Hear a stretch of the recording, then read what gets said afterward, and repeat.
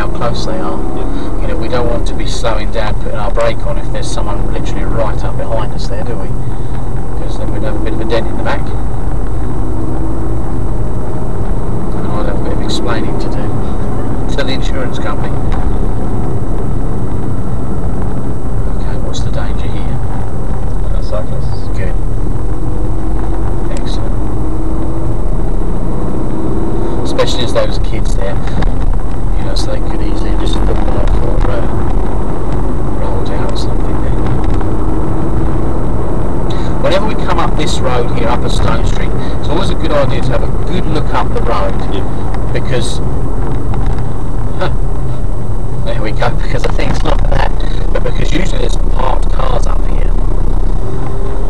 You know, as you've got the chip shop there and the garage there and everything else, sometimes people will be pulled over parked on the left here, and if we've got good vision up the road and we can see there's someone parked, it helps us anticipate early, you know, to change lanes. What are we anticipating now, do you think? Lights changing. Good. So what can we do about that? Well done, nice mirror checks there. So again, that gives us that nice awareness of what's going on around us.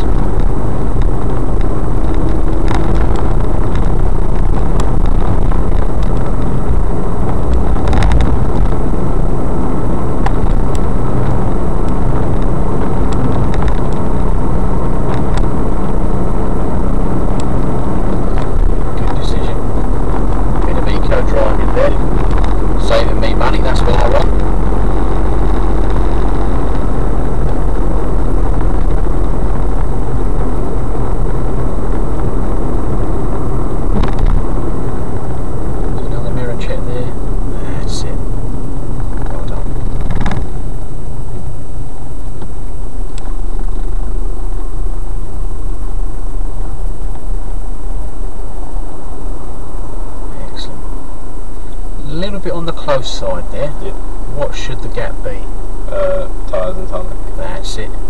I mean, there's still a bit of a gap there, but it's you know, we want a bit of bigger, kind of talk from my tongue in, a bit of a bigger gap. It's about a car, because that way, if the people behind us come up too quick, we've got a bit of an escape route there.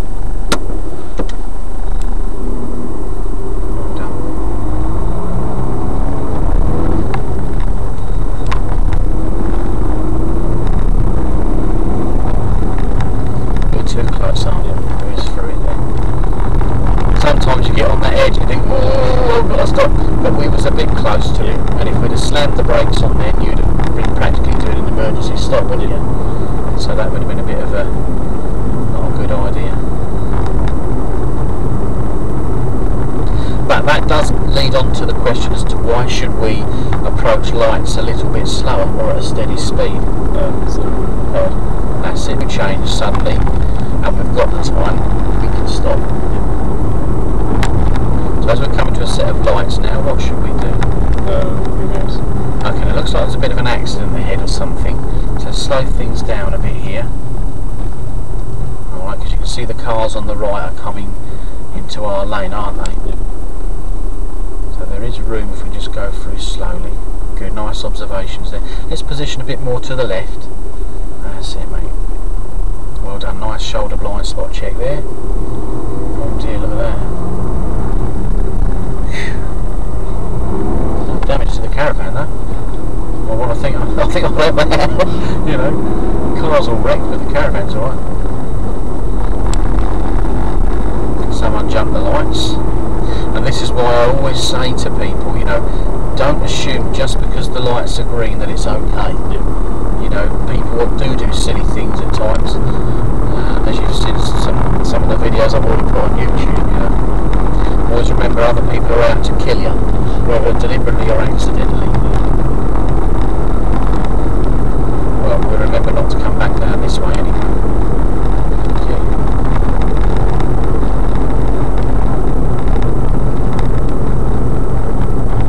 Turning the road up a curve there. That's alright, we don't worry about that. Road's quite wide though, isn't it? You could have done that easily.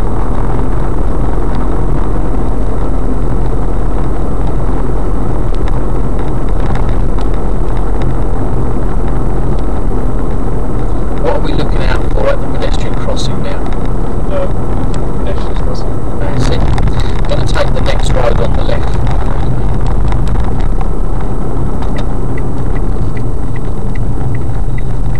Good, nice control.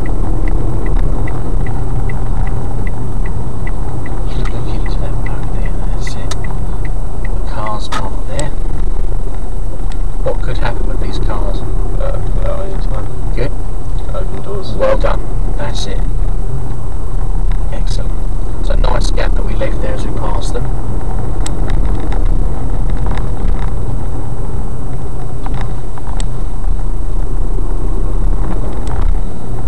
Okay, now we're going to be taking the next road on the right.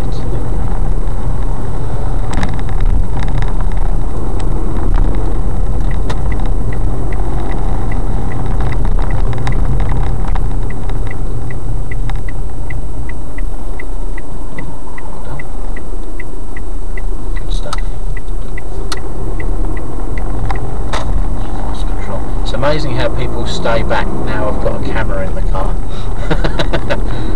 I mean, if they would keep back without it, we wouldn't need it.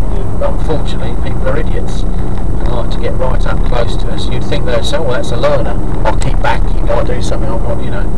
Oh, I don't know. But unfortunately, people don't think. We'll take the next road on the right again. Nice mirror checks again there.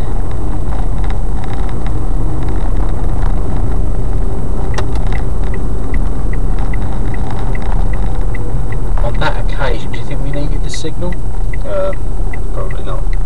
Well, we've got a lady there now, haven't we? So we'll say that you saw her. Alright. But yeah, if there's no one really, you don't really need to worry, do we? Okay. Right, as we go over this road hump here, you'll see a tree up there. See where the other cars parked? If you could park on the left, just by the tree there, giving yourself room to drive on, and making sure we're not stopping too close to the junction here.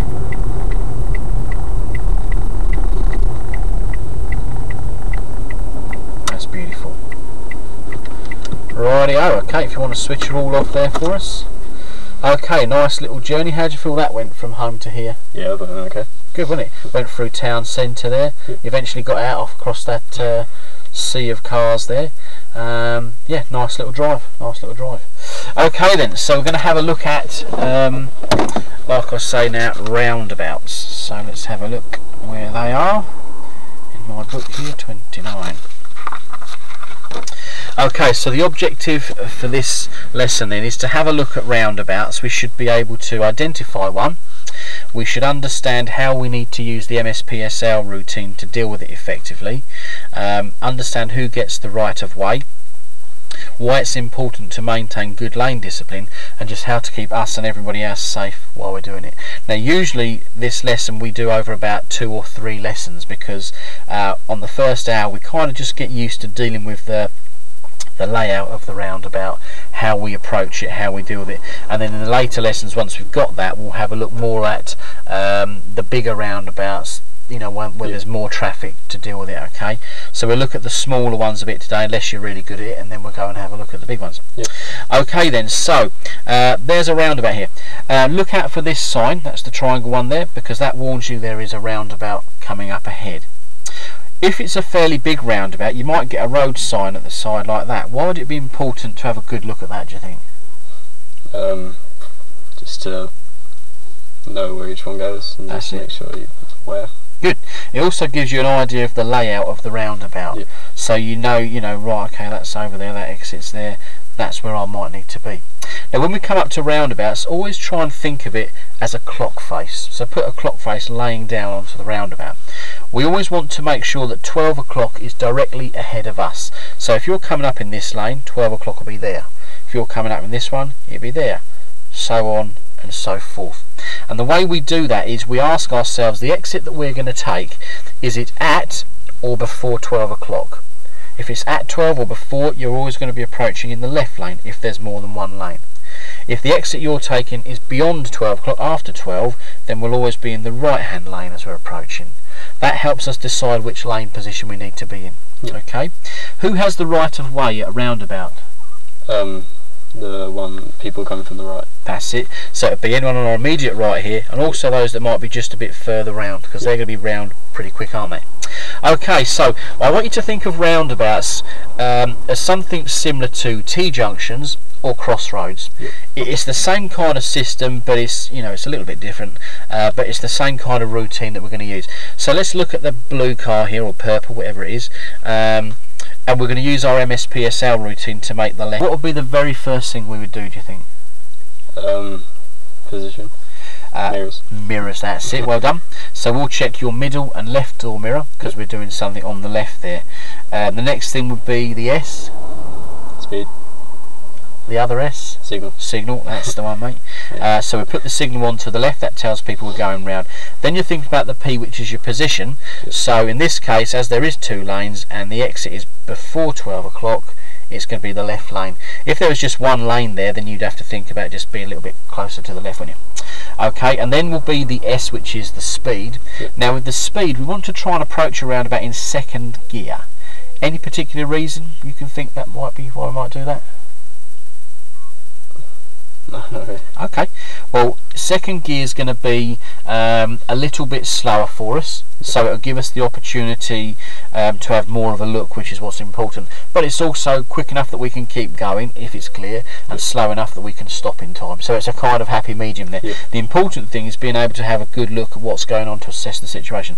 So we're going to slow ourselves down, pop it into 2nd gear, and then we can roll up, and then last of all we're going to do the L, which is your looking. Now with a T-junction you're going to look right, left and right, don't we? With a roundabout we want to think of it more as like a crossroad, so we're going to look ahead excuse me, then to the right, ahead again, and then to the left. Advice, keep doing that there, because although we want to look to the right, we also need to look ahead, because there might be something coming round there that's going to block these people, and we also want to look to the left in case there's some kind of hold up along here, and we come out looking to the right and go bang straight into the back of the cars that are waiting there. Yeah. I've seen that so many times on the roads. Alright, so think of that crossroads, looking in each of the directions there. Once we've assessed it's safe, because we're going left and we're keeping, it's before 12, keeping well to the left as the roundabout. As you come out of it, excuse me, we'll check all 3 mirrors just like you do for any other new road that we come out to. So that's your left turn there. If you're in this yellow car and we're going straight ahead this time, would that be at 12 o'clock, do you think? The exit ahead of us is at 12, isn't it there? Okay, so what we'll do is this time, because we're going straight ahead, we're going to check all 3 mirrors. Okay, now you notice on the S part of the signal we're not signalling here. Why would that be, do you think? Because you're not taking the next exit. Well done. So if we put the signal on there, it could be misinterpreted that we're going down there. Yeah. So we have no signal at this point. Positioning, well, the exit is at 12, so it would be the left lane. Think about your speed again, back to 2nd gear. Do your looking in each of the directions. Once you're happy that it's safe, keep well to the left hand side of the roundabout. As we reach this section here, which is the exit prior to the one we want, we'll check your middle and left mirror. Yep. Signal to the left now at that point, and that way you're ready as we come out at that next exit there. Alright, all 3 mirrors to finish. Yep. Last of all, if you're in the right one here, this time we're taking the exit beyond 12 o'clock, so we're in the right hand lane. Middle and right mirrors, signal to the right position, signal speed down to 2nd. Once we're happy and we've done our looking, enter towards the centre of the roundabout, follow it round, right signal still on until we reach here, which is the exit prior to the one we want. So at this point we check your middle and left mirror, and then if it's safe we put that signal to the left and we start moving out to the left there. Why do you think the mirror and signal is really important at that stage there? Because you're sort of changing lanes. That's it. And so, if this yellow car decided to come all the way round,